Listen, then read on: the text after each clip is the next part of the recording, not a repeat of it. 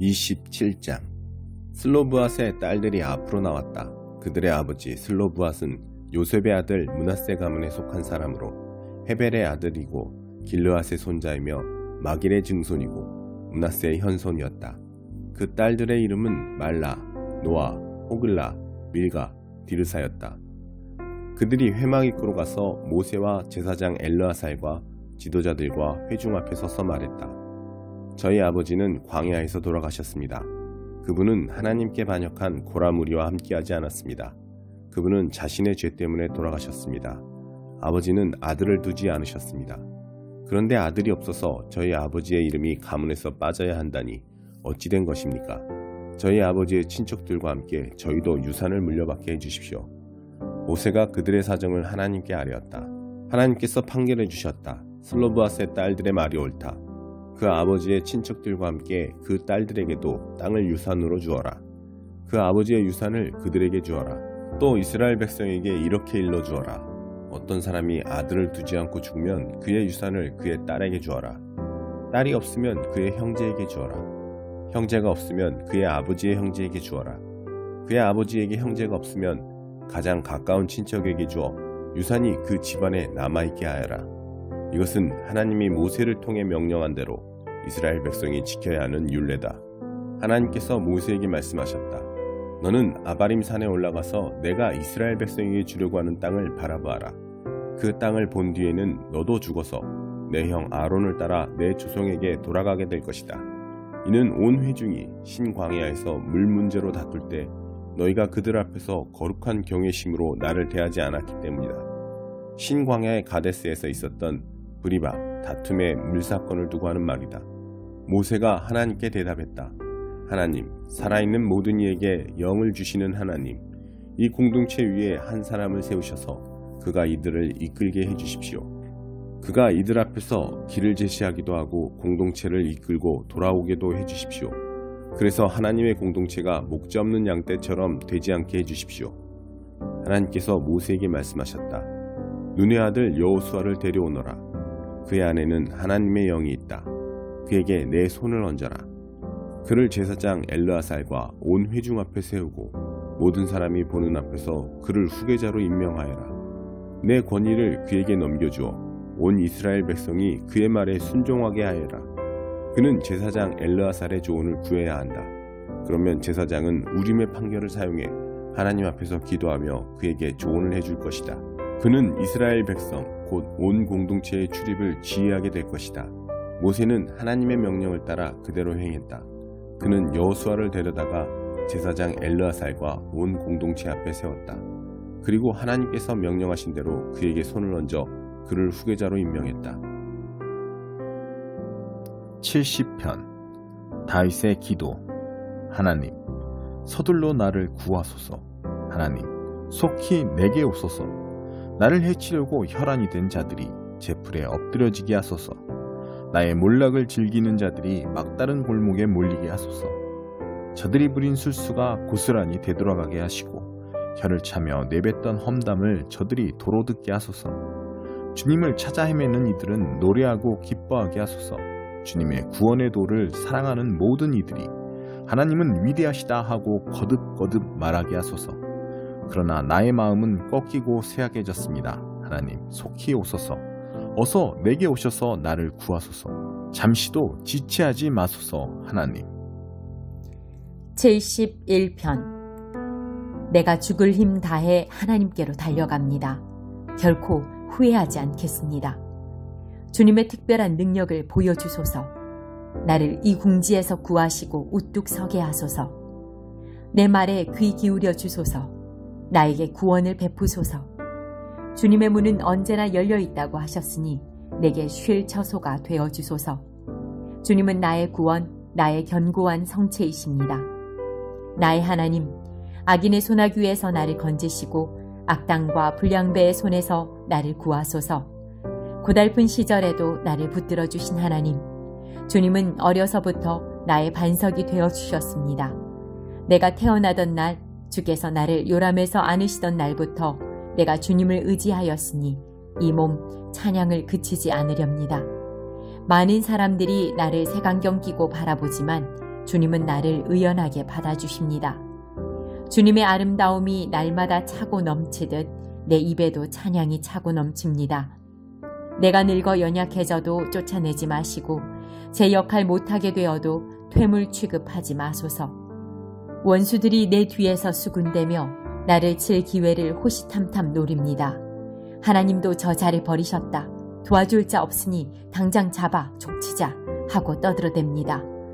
하나님, 멀찍이서 구경만 하지 마소서. 어서 오소서. 내 옆으로 달려오소서. 나를 비난하는 자들이 부끄러움을 당하고 나를 잡으려는 자들이 바보천치로 보이게 하소서. 내가 주님을 붙들려고 손을 뻗습니다. 날마다 찬양에 찬양을 더하겠습니다.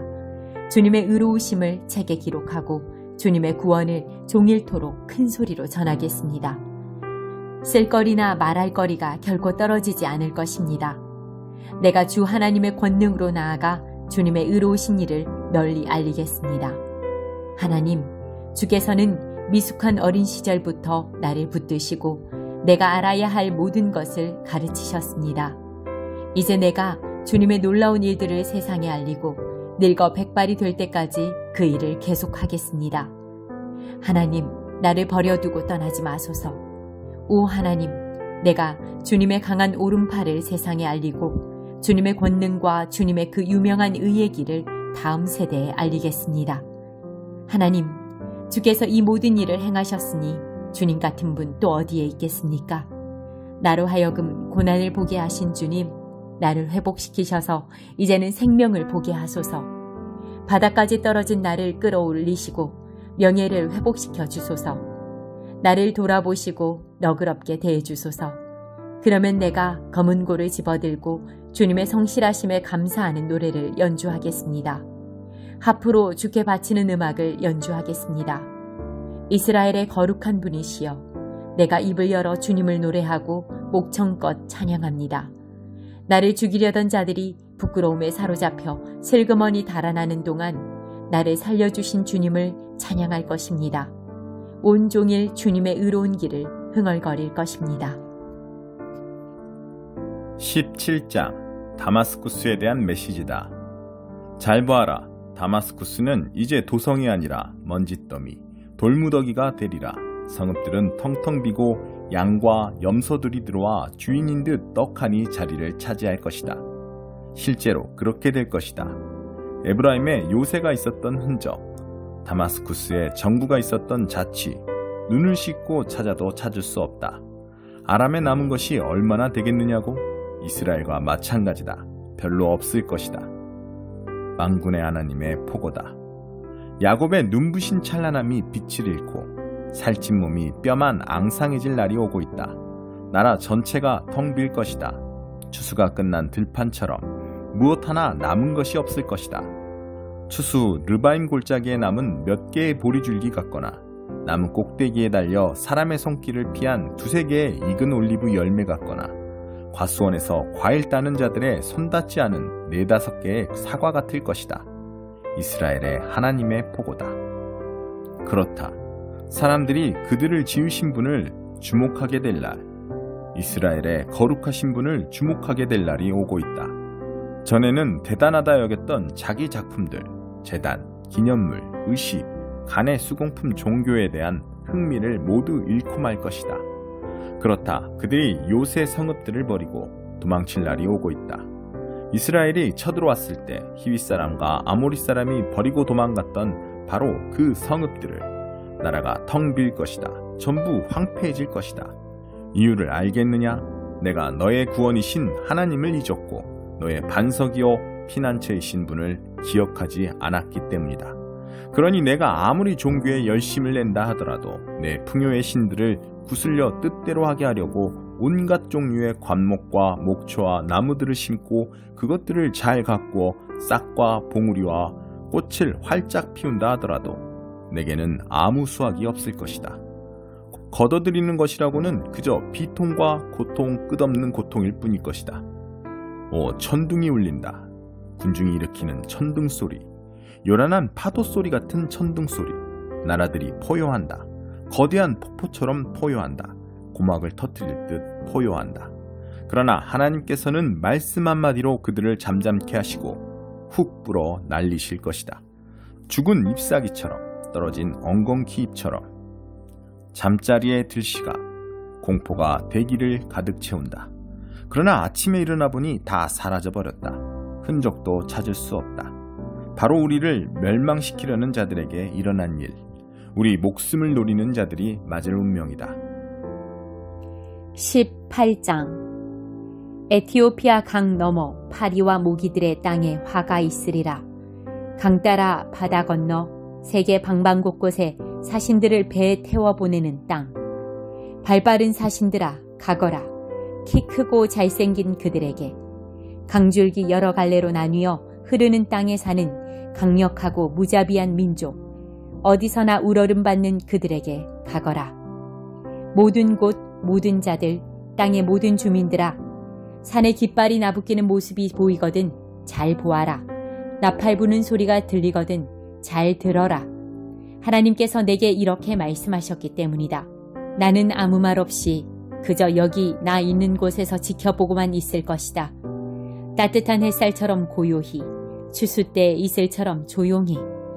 그러다가 추수 직전 꽃철이 지나 포도가 연글 무렵이 되면 그분이 오셔서 새로 난 가지들을 다 잘라내고 자라난 가지들을 가차없이 쳐내실 것이다. 그것들 바닥에 버려져 새와 짐승들 꼴이 될 것이다. 새들이 먹고 여름을 지내고 짐승들이 먹고 겨울을 지내는 먹이가 될 것이다. 그때 만군의 하나님께 곡물이 바쳐지리라.